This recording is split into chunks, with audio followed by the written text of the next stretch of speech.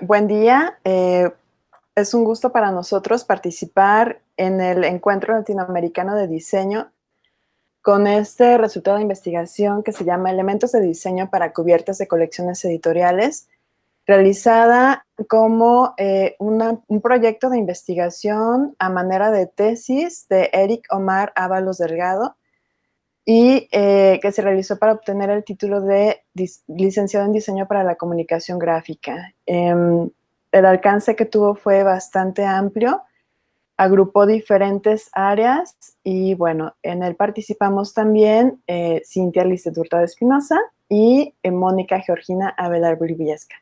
Fue realizado en la Universidad de Guadalajara, en el Centro Universitario de Arte, Arquitectura y Diseño, en Guadalajara, Jalisco, México. Y bueno, comenzamos. Para dar inicio con todo lo que engloba esta investigación, bueno, es necesario abarcar el aspecto más general, que son las colecciones editoriales. Al hablar de las colecciones editoriales, nos referimos a que es un conjunto de libros que son agrupados de acuerdo a la casa editorial mediante una característica que compartan en común.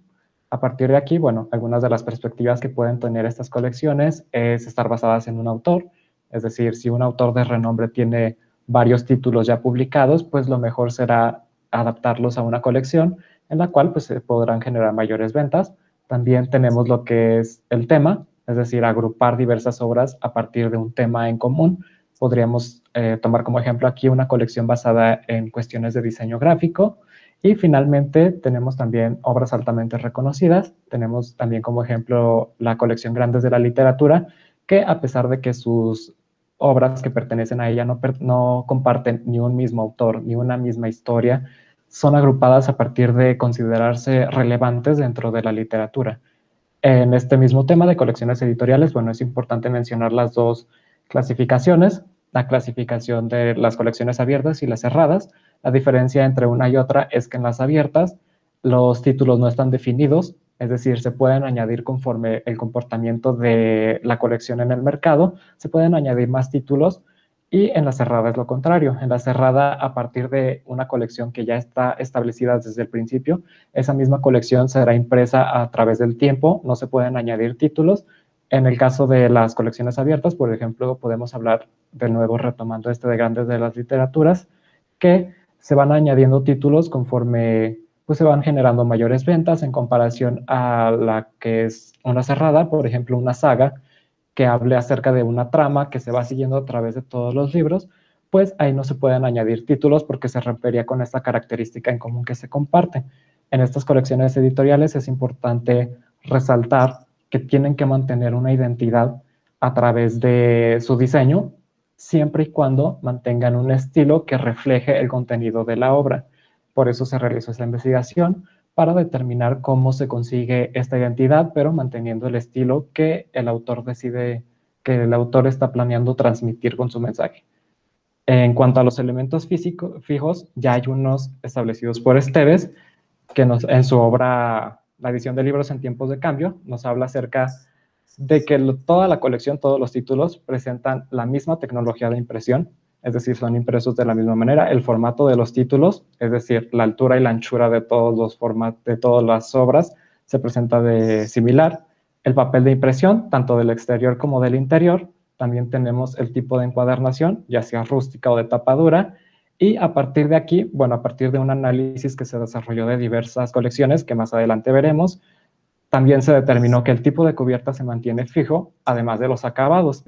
También otro de los elementos que tiene que permanecer fijos son las partes de la cubierta. Estas partes, bueno, las decidimos dividir en dos secciones. La primera de ellas es sin las cuales el libro no existiría, que son la primera de forros, el lomo y la cuarta de forros. La primera de forros tiene la función de atraer en una primera instancia al lector. Por su parte, la cuarta de forros es un complemento. Al ya contar con la atención del lector, bueno, la cuarta de forros, el lector ya sabe que puede encontrar mayor información de la obra y así adquirir el libro. Por su parte, tenemos el lomo. El lomo también brinda información para casos en los que el libro está presentado de una manera distinta, por ejemplo, acostado sobre una mesa con otros libros encima. Entonces, esta parte pues presenta también la información básica, que es el nombre del autor, el título de la obra y la editorial. En algunos casos se suele añadir alguna imagen, pero solo en caso de que sea muy representativa del libro como tal. Después tenemos las cuestiones un poco más externas, que estas se tienen que considerar a partir de una cuestión de economía, es decir, la casa editorial determina qué ventajas puede obtener a partir de añadir estas partes o cuáles son las desventajas. Tenemos en primera parte la sobrecubierta. La sobrecubierta es una hoja de papel que envuelve al libro como tal.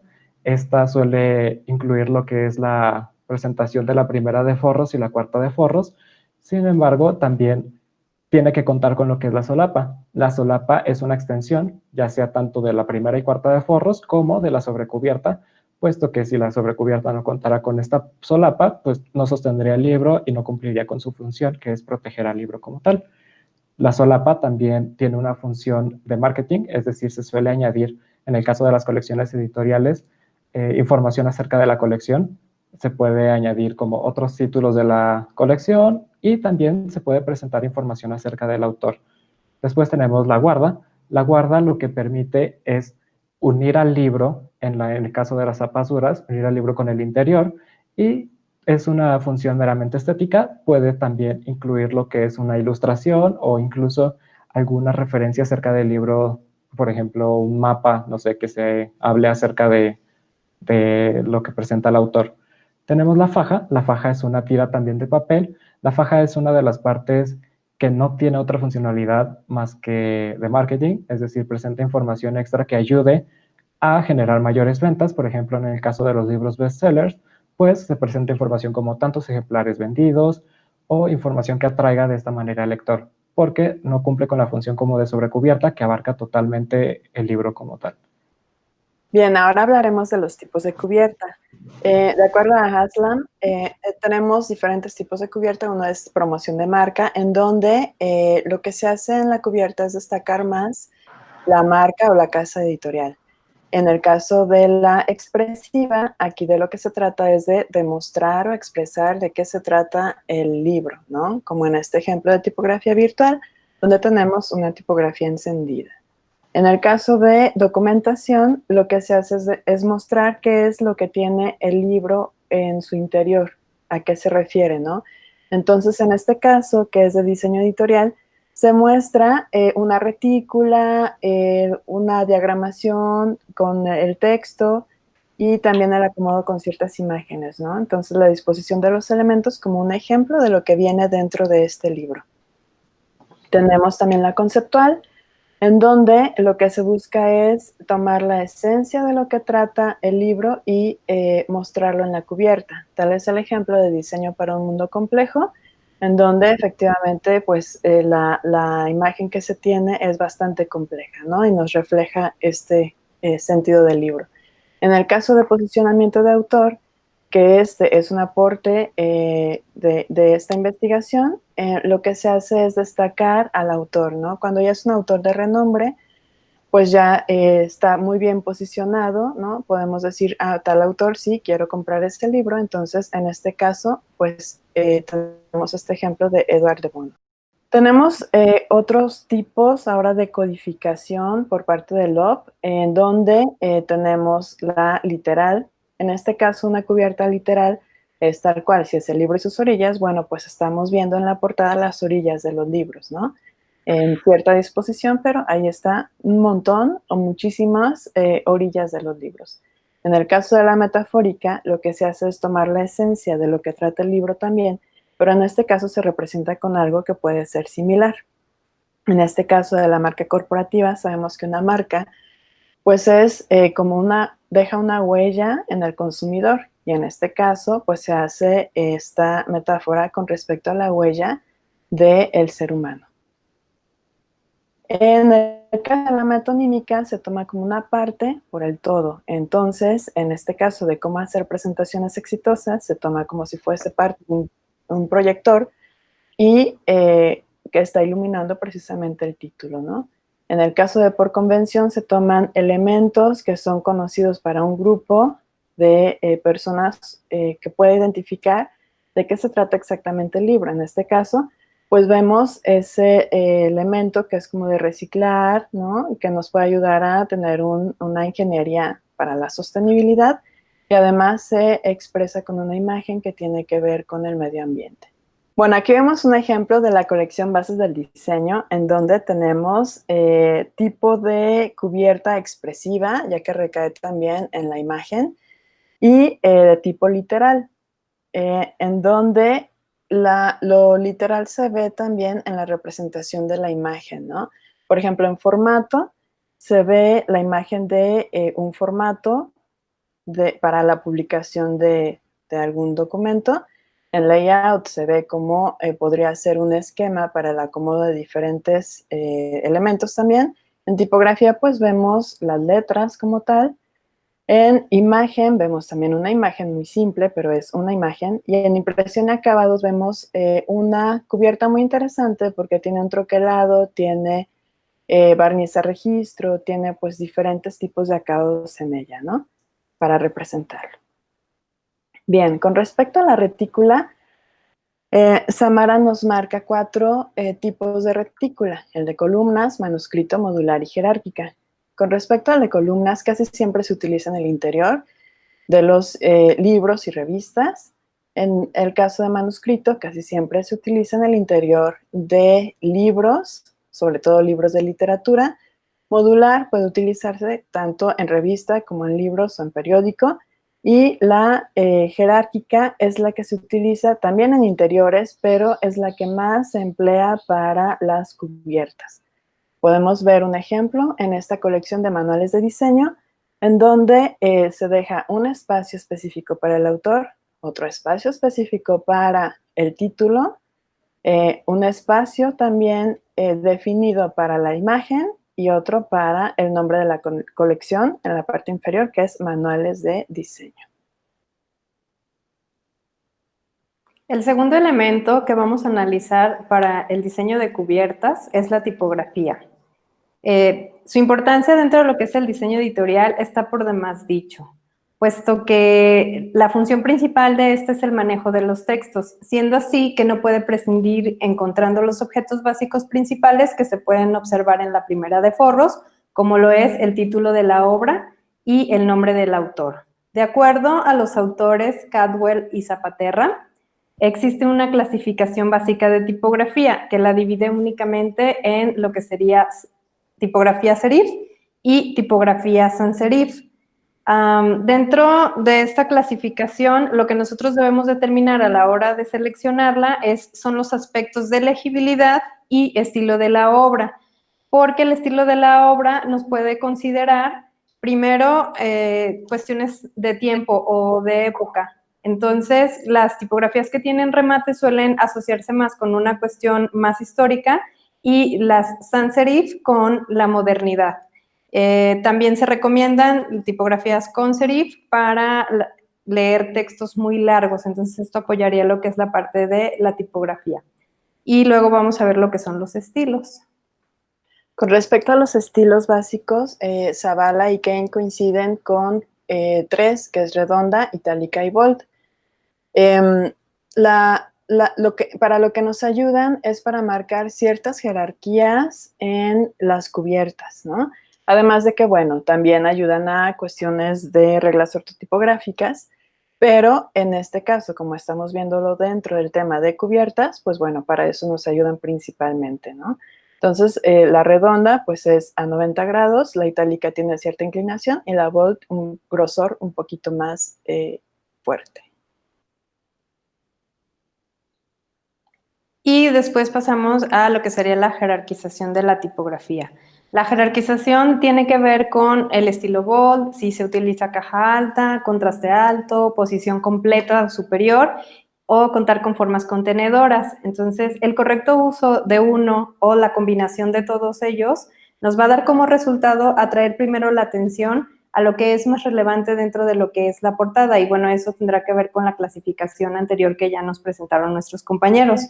De tal manera que si fuera más importante el posicionamiento del autor, entonces se le da la relevancia al autor. La tipografía en este sentido es un elemento de identidad de la colección, dado que si su característica se mantiene fija, le permite al usuario familiarizarse con todos los títulos de la obra. Entonces, lo vamos a ver en el siguiente ejemplo, que tiene que ver con Jorge Ibargüengoitia y cómo él o cómo los que la diseñaron, bueno, hacen esta identidad a partir de lo que es la tipografía. Bueno, a partir de este análisis que vamos a realizar acerca de la colección, bueno, tenemos dos vertientes. La primera de ellas es cómo los elementos interactúan dentro de la composición, es decir, de un título a otro. Podemos encontrar que todos los elementos tipográficos se mantienen fijos, es decir, encontramos las mismas características en ellos. Por ejemplo, el título de la obra se mantiene en una caja mixta, mientras en una forma contenedora también, el mismo color, en la misma posición, mientras que el título, el nombre del autor se encuentra también con las mismas características, una tipografía serif, con caja alta, en una forma contenedora con contraste alto. Entonces, a partir de aquí y hasta este punto se llega a la conclusión de que la retícula y la tipografía ayudan a mantener una unidad dentro de la colección. Y por otro lado, también tenemos la cuestión de la jerarquización tipográfica. En esta cuestión, bueno, notamos cómo el elemento dominante del tipo de cubierta, en este caso es expresiva, entonces es la imagen. Sin embargo, como elemento secundario tenemos lo que es el nombre del autor. ¿Cómo se consigue este nombre del autor que tenga mayor jerarquía que el título de la obra? Pues es a partir de las características ya presentadas. Por ejemplo, se presenta una caja alta, se presenta dentro de una forma contenedora con contraste alto, se presenta en una posición incluso superior a lo que es el título de la obra, por lo que le otorga mayor jerarquía dentro de la composición. Y pues bueno, vamos a continuar con el tercer elemento, que es las imágenes. La imagen pues es un elemento lleno de expresión, es un elemento que se utiliza, tiene dos funciones. La primera de ellas es funcionar como un elemento dominante. En este caso se puede aplicar al tipo de cubierta expresiva, es decir, todo el peso del mensaje que se desea transmitir recae en este y se apoya de los otros elementos. También existe este elemento, se puede interpretar como un elemento que aporte a otro elemento. Por ejemplo, si se está hablando de un diseño tipográfico, de una cubierta tipográfica, pues entonces se podrán utilizar imágenes, pero no será el elemento dominante, sino que aportarán algo al texto. En este caso, no sé, puede ser el título de la obra. Entonces, a partir de aquí, el primer elemento que tenemos que analizar acerca de las imágenes es la clasificación básica. La clasificación básica es tanto el mapa de bits como vectorial, es decir, encontramos estas dos clasificaciones y se tendrá que decidir cuál de ellas abarcar. El mapa de bits y la vectorial cuentan con características diferentes. El mapa de bits, bueno, presenta unidades con información de color, mientras que la vectorial, bueno, se basa en vectores y estos, al momento de hacerlos más grandes o de intentar o reducirlos, no presentan ninguna deformación en comparación al mapa de bits, que se tiene que tener el cuidado que siempre que sea impreso, en este caso, por ejemplo, en las cubiertas de libros, pues sí tiene que contar con una resolución de 300 píxeles por pulgadas. Entonces, considerando los beneficios y cómo nos puede afectar cada uno, pues a partir de aquí se toma lo que son las técnicas. Ya podemos seleccionar cuál técnica es la más adecuada para representar lo que el autor está intentando transmitir. Tenemos dos técnicas básicas también, que es la fotografía y la ilustración, de acuerdo a Harris. La fotografía es un elemento que añade iconicidad, un alto índice de iconicidad, es decir, refleja la realidad tal cual. Sin embargo, bueno, tiene dos vertientes. La primera de ellas es que se puede utilizar a color. Esto pues nos da aún más realismo, mientras que se puede utilizar en blanco y negro, que al hablar de blanco y negro, bueno, se puede evocar cierta sensación de temporalidad, es decir, suele ser utilizada, por ejemplo, para presentar fotografías de autores, o si estamos hablando de un libro que se sitúa en una época muy pasada, pues se puede utilizar la fotografía en blanco y negro. Por su parte, la ilustración, bueno, la ilustración suele presentar mayor expresión, es decir, a partir de la combinación de varias de ellas o solo una de ellas, pues sí, a comparación de la fotografía se puede jugar con metáforas o puede generar mayor atractivo visual si se considera necesario. A partir de aquí decidimos realizar un análisis de dos colecciones. La primera de ellas es Atlas Culturales del Mundo. En esta, bueno, podemos observar cómo interactúa la imagen en la composición, abarca toda la página. Sin embargo, también es necesario hacer énfasis en cómo se mantiene fija a través de todos los títulos de la colección. Es decir, podemos observar que presenta las mismas características, presenta la misma técnica, que es fotografía, y la misma clasificación, que es mapa de bits. Entonces, de esta manera, más apoyándose de la tipografía como de la retícula, pues se considera una identidad a través de todos los títulos. Por su parte, presentamos otra colección que toma otra perspectiva, que es abarcar los dos tipos de imágenes, es decir, utiliza tanto ilustración como fotografía. También es posible realizar esto siempre y cuando se respete lo que es la identidad a través a través de la tipografía y de la retícula. Es decir, al observar toda la colección sabemos que forma parte de una a través de estos elementos. Sin embargo, cada una de las características que presenta, por ejemplo, sea ilustración o sea fotografía, ilustra lo que sería el contenido de la obra.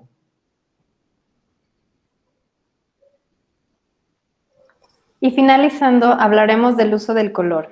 Es un apoyo para establecer jerarquía dentro de la composición de distintas maneras.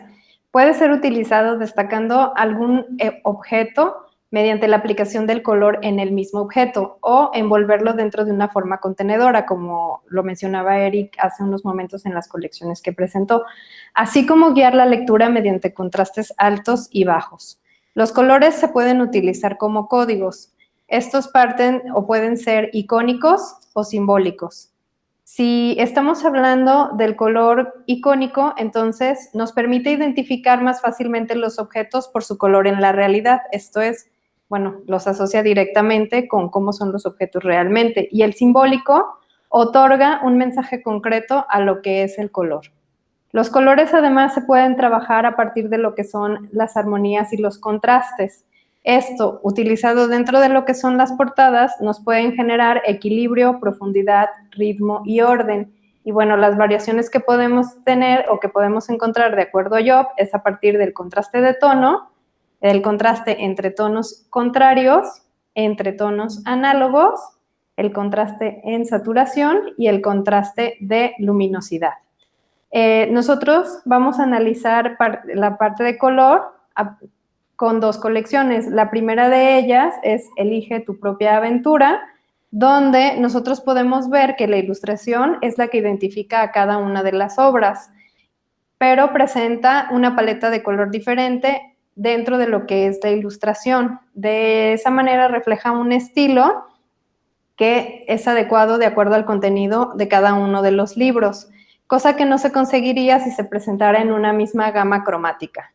El color como código simbólico, es decir, se utiliza el color rojo para identificar a la colección con temática de aventura, mientras que el color icónico se emplea al presentar, por ejemplo, los colores del arco iris o de todos los elementos de la ilustración que reflejan los tonos en la realidad. La siguiente colección que se va a analizar es Narnia. En este sentido, la ilustración identifica a cada una de las obras, pero el uso de la paleta de color es diferente, dado que la aplica de acuerdo a lo que es el contenido de cada uno de los libros. En este sentido, lo que se mantiene o lo que da esta parte de identidad a las colecciones es cómo la retícula se mantiene fija, la tipografía se utiliza con las mismas características y el mismo tipo de imagen o el estilo de lo que son las imágenes, que en este caso son ilustraciones. Incluso el color de la tipografía varía con el objetivo de generar un adecuado contraste con lo que es el fondo figura. Y por último, mencionaremos o haremos una comparación del rediseño de la colección de Bruno Munari. Esta colección, bueno, primero se edita en 2006 y 2007, es una colección de Gustavo Gili Diseño, y en este caso, lo que vemos nosotros que lo relevante no es en realidad el autor, sino el título del libro como tal, dado que se hace la asociación a la colección de diseño. El dominante que nosotros podemos observar en estas portadas de 2006 y 2007 es la fotografía o el uso de una fotografía. La tipografía que estamos viendo es sans serif y se está trabajando con los colores para generar un contraste adecuado con lo que es fondo figura a partir de lo que es la luminosidad. Además, la tipografía genera un contraste en este sentido de estilos, tanto lo que es el puntaje y el grosor de la tipografía, además del uso del color. De esta manera, el dominante se lo lleva el título del libro, el subdominante, la editorial, y el subordinado sería el autor, que nosotros incluso casi no lo alcanzamos a percibir dentro de lo que son las portadas. En este sentido, la colección utiliza el envolvente de formas y podríamos decir que está trabajando a partir de lo que es la convención, porque se asocia con lo que son los objetos que aparecen en las imágenes. En el caso de cómo nacen los objetos, es un objeto lápiz, que puede ser el detonante para que nazcan los objetos, y en el sistema de retículas es una fotografía donde vemos claramente una retícula. Y en la segunda colección, que es un rediseño, pero que en este punto se enfocó únicamente al autor, dado la relevancia que obtuvo a partir de lo que es los años y los temas que él ha tratado, Gustavo Gili edita la colección Bruno Munari. En este sentido, por posición, pudiera ser que la jerarquía se la da al autor, dado que está en la parte superior de lo que es la portada. Sin embargo, bueno, también podemos observar como dominante lo que son los títulos, por tamaño, por contraste, y las imágenes en este caso cambian, dejan de ser fotografías y se trabajan con ilustración. Vemos que hay una combinación de lo que son las tipografías, dado que los títulos están manejados con serif, los pequeños textos que acompañan están en sans serif y el mismo título del autor también está en sans serif. Aquí tendría que ser también por convención, dado que aparece un objeto en el de cómo nacen los objetos, y diseño y comunicación visual, bueno, generan este tipo de comunicación visual ahí, una cuestión de juego de percepción, y también puede ser una metafórica donde se asocia a la percepción con diseño y comunicación visual. Y bueno, ahora sí, para finalizar, le doy la voz a mi compañero, Erika. Y bueno, para finalizar, pues es importante resaltar que el diseño de colecciones editoriales es un recurso que las casas editoriales utilizan frecuentemente para generar mayores ventas. Así que, bueno, esto es una guía para que tanto el diseñador gráfico, específicamente el diseñador editorial, tenga las bases para construirlas. A partir de aquí, bueno, se puede llegar a la conclusión de que de los 4 elementos presentados, 2 de ellos ayudan a brindar unidad a la colección, que sería la tipografía y la retícula, que se mantienen fijas a través de todos los títulos. Por su parte, las imágenes y el color ayudan a lo que es la transmisión del mensaje que el autor desea efectuar. Entonces, de esta manera, pues esto es una guía. Sin embargo, cabe resaltar que a partir de aquí y a partir de conocer los aspectos básicos que presentamos, siempre se podrá jugar un poco más y lograr esta innovación que se busca siempre en el diseño gráfico. De esta manera, bueno, considerando todas estas cuestiones que son un poco más técnicas, pues ya se podrán generar composiciones un poco más atractivas o que estén jugando un poco más, pero bien fundamentadas a partir de todo lo presentado aquí. Entonces, pues, muchas gracias por su atención. Les presentamos lo que es la bibliografía de la cual se tomó información, así como de las colecciones analizadas, y muchas gracias.